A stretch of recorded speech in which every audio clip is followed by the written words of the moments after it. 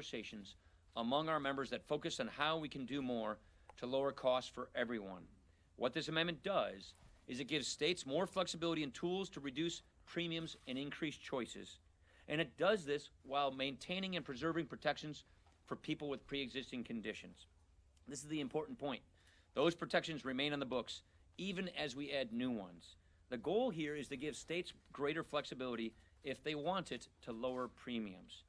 We've not yet made any decisions on a vote, but this is more progress, and we will continue our progress and our work to repeal and replace Obamacare. Now, I'm sure some of you have questions. Are there any young people who actually have any questions? I'm young. Yeah, Manu, you're not cutting no bar. No, you see, sorry. All right. Anybody else have any questions? Mike, go. Mr. Speaker, how close are you on health care, and what are your reassurances to moderates who maybe liked the original plan or worried about the new one? Well, I think we're making very good progress. We're going to go when we have the votes, but that's the decision we'll make when we have it. And something tells you you'll probably be the first to know when that happens.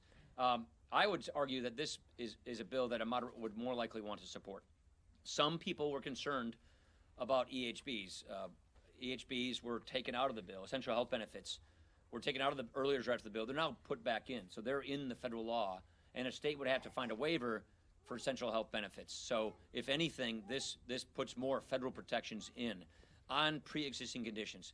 Every state's a little different. In Wisconsin, we had a high-risk pool that worked really well, and I think we ought to be given the kind of flexibility to tailor our markets that work for us in Wisconsin, because the Wisconsin healthcare system is different than, say, the New York healthcare system or the Vermont healthcare system. That just makes sense. But even if a state gets a waiver, there are multiple layers of pre-existing condition protections, like continuous coverage. If you have a healthcare problem and you have health insurance, you can't be denied or rated for higher healthcare costs. And if you switch to another plan and you keep your coverage, the same protections apply, even if your state gets a waiver. But the more important point, I think, is why this amendment, I think, is a step in the right direction, is we believe the smarter way to go on getting premiums down and protecting people with pre-existing conditions is have federal and state support for people who are sick. Support that catastrophic illness with greater subsidies so that everybody else doesn't have to bear those costs in their insurance pools. 1% of the people in the individual market drive 23% of the costs. So if we directly support that catastrophic coverage, it's sort of reinsurance on top of insurance, then you're lowering everyone else's prices. You're making it easier for people to afford quality health insurance, and you're guaranteeing that that person who has catastrophic health care costs, that person who has a pre-existing condition or gets really sick, gets the coverage that they need. We think it's a really good step in the right direction. We're having very productive conversations with our members, and we feel like we're on the right track, and we'll announce, when we have a vote, when we're going to go. Is there pressure to vote by the President's 100th day? We want to go when we're ready to go, and we're having this. This has been a very organic bottom-up process. It takes time to do that. We're doing big things, and you know me. I talked about 200 days because I thought the kind of agenda that we're attempting to put together here, overhauling healthcare, overhauling the tax system, rebuilding our military, securing the border, those take more than just a few months. They take a long time, at least a year. And so that's why we're working on the path to get it right and not constrain it to some artificial deadline. Nancy. Mr. Speaker, high-risk pools don't have the greatest track record. In Wisconsin, your high-risk pool was great for the people who were on it, but it was still unaffordable for a lot of other people, wasn't it? No, it was pretty actually darn good, but this will add federal funding to it now. So think of high-risk pools. There were states that had high-risk pools that had reinsurance mechanisms or risk-sharing like the Maine plan. None of them had any federal funding to it. None of them had any federal resources. This takes that idea and adds federal resources to it to make sure that it works even better, and HHS will coordinate with those states to make sure that they have good mechanisms in place. So we have seen states, Wyoming had a good one, Utah had a good one, Washington State had a good one, Maine had a good one, we had a good one. They work. And now that we're going to be adding federal funding to it, they'll work even better, and you'll be able to lower prices even more. So can you reassure people with pre-existing conditions that they won't be worse off under your plan? People will be better off with pre-existing conditions under our plan. That's the whole goal here, is to make it easier for people. The problem with Obamacare is people get one choice at best in a third of all the counties in America. 5 states, you got one plan to choose from. That's not very good to have just a monopoly giving you health insurance. Our job here is to make sure that people get more choices. And by getting more choices, you can get better quality health insurance and lower prices, and we preserve those protections for people with pre-existing conditions. That's the goal of this bill. That's what this bill achieves. And we think it's going to be a big improvement on the status quo, which is collapsing before us. Wong. Thank you, Mr. Speaker. Steny Hoyer and Democrats say that they will. Uh-oh. So I was just repeating what she was saying, not what you said. Yeah. Democrats are saying that they will withhold votes for a funding bill. Yeah, she said something to me about that. Press forward with a vote this week on Obamacare repeal. What's your reaction to that? And can you guys pass a funding bill with just Republican votes? I would be shocked that they would want to see a government shutdown, that the Democrats would want to do that. Look, let's just take a step back. The reason this government funding bill is not ready is because Democrats have been dragging their feet. Periodically, they haven't even been being shown up for the negotiations. So the reason we need an extension in the first place is because Democrats are dragging their feet. Even if we get an agreement, let's just say, in 10 minutes, we simply can't process the paperwork that long, and we have a 3-day rule. People need to be able to read the bill. So it inevitably, under any scenario or circumstance, requires a short-term extension. And I'm confident we'll be able to pass a short-term extension. And I'd be kind of shocked if the Democrats would want to create a government shutdown because they have been dragging their feet. Yeah, Casey. Mr. Speaker, back to healthcare for a moment. With all the changes that you've made that have led to the Freedom Caucus getting on board, should this be an easy yes vote for the moderate members? Yeah, it was. I mean, Tom MacArthur is a leading moderate in Congress. It's his amendment. So this is. Seems to have frustrated some of his fellow moderate colleagues. Well, I don't know if that's the case. I'd say Tom MacArthur, who actually has an entire career working in insurance, understanding the math and the mechanics and actuarial science of insurance, has come up with a very innovative amendment that we think works really well. And it gets to where we all want to go.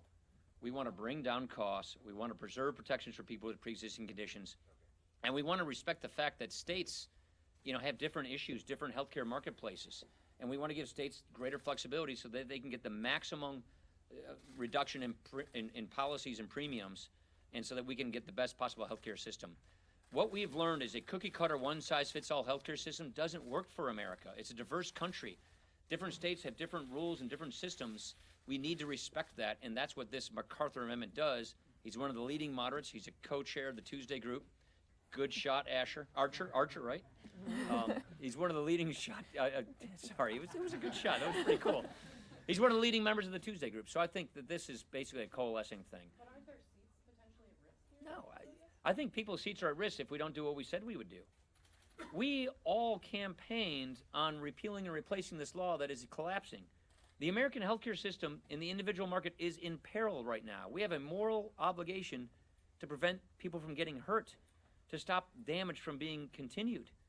And we promised that we would do this. If you violate your promise, if you commit the sin of hypocrisy in politics, that's the greater risk, I think, to a person's seat. Dude in the back. On the cost sharing subsidies, you have said that the administration should continue those payments. You, in fact, sued the Obama administration for that exact thing. OMB is saying that this is an issue that Congress needs to deal with. You said you don't want to deal with in the spending bill. What's the future of these? Because it seems like the White House and House Republicans are on different pages. Yeah. How that funding works. Well, we're in litigation, so I won't go into the deep details of that, only that it's a difference between the separation of powers. So we're in existing litigation, and the White House, the administration's been making those payments while that's pending, which is still pending. I think the White House has already made comments on this, and I'll just leave it at that. Once the lawsuit ends, we will. I won't speculate on where, because I don't know what the outcome of the lawsuit's going to be. Mr. Yeah. Thank you. Oh. The House Oversight Committee. I'll go back to you next. I just jumped in front of you. The House Oversight Committee released documents showing raising concerns about Michael Flynn. I'm wondering, in his failure to disclose foreign payments, do you believe that he may have broken the law, number one? And number two, are you concerned about the White House's vetting procedures and actually hiring him to this position to begin with? Yeah, I don't know whether he did or did not. That's why we have an investigation. This I see is part of our ongoing investigation over at HIPSI as well. And we'll just find the answer to that question through an investigation. I'm not going to prejudge a conclusion. Yeah. On the minors' benefits, where do you stand? Should those benefits be extended to health benefits Yes. permanently, Oh, I won't get into. Companies like Consol Energy should be. I able do to believe that do these health benefits should be extended. I'm not going to insert myself into ongoing negotiations that the appropriators are having about the length of that. Last question. The tax foundation, their estimates of tax reform and the effect of tax cuts, you guys have cited them on the Republican side pretty often. But one of their assumptions is that there's no crowd-out effect from rising debt as part of that. And so I'm curious as to whether you in the past have said you believe that rising debt, particularly from entitlement programs and spending, will have a drag on economic growth. Can you square that circle? Yeah, it's all about interest rates, right, Jonathan? So I think under most models, you assume a normalization of interest rates will occur. The question is, do interest rates go above their normal rates, or do they go higher because of debt and deficits crowding out investment? I do believe that we have to have fiscal discipline in addition to economic growth. You know me well. I think that means reforming our entitlement programs. I think passing this healthcare bill, which helps go at lowering the cost of healthcare, is extremely important if you're going to lower fiscal exposure, if you're going to help close the debt. One of the biggest drivers of our debt is the high cost of healthcare and health inflation. So if we can have a patient healthcare system that is restored by reviving the individual market, that's one of the greatest things we can do to bring down high healthcare costs and close the debt and the deficit. So I do believe you have to have comprehensive entitlement reforms along with pro-growth legislation like tax reform to get the best of both worlds, which is getting the debt under control, getting people back to work, and getting faster economic growth that gets us better revenues. That was the last one? Okay, I've got it. It's my turn to ask a question. How many junior reporters do we have here today, including photographers? Okay, why don't we all get a photo, all right? Where do we do it? Over here? Is this where Nancy did it, over here? All right, come on.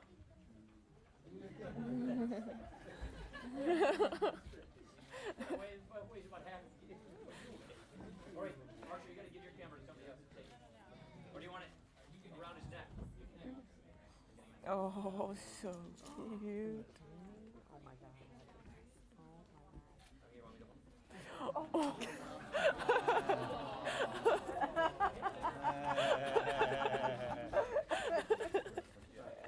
Take fun over here, buddy. Oh my God, yes. It's been a long time since I felt like this. Somebody make faces, all right? No.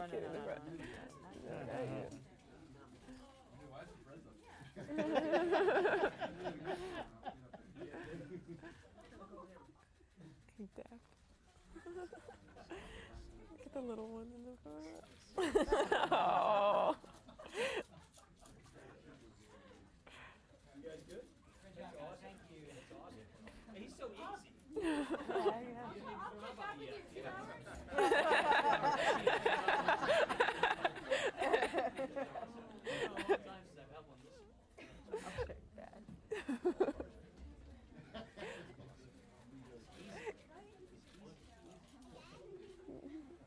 All right, guys. Oh, yeah, let me get my stuff. I don't want to make crib notes. See you guys. He's really cute. How old is he? Lisa, how old is he? 14 months. Wow. Cutie.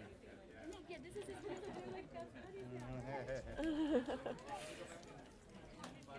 Hey,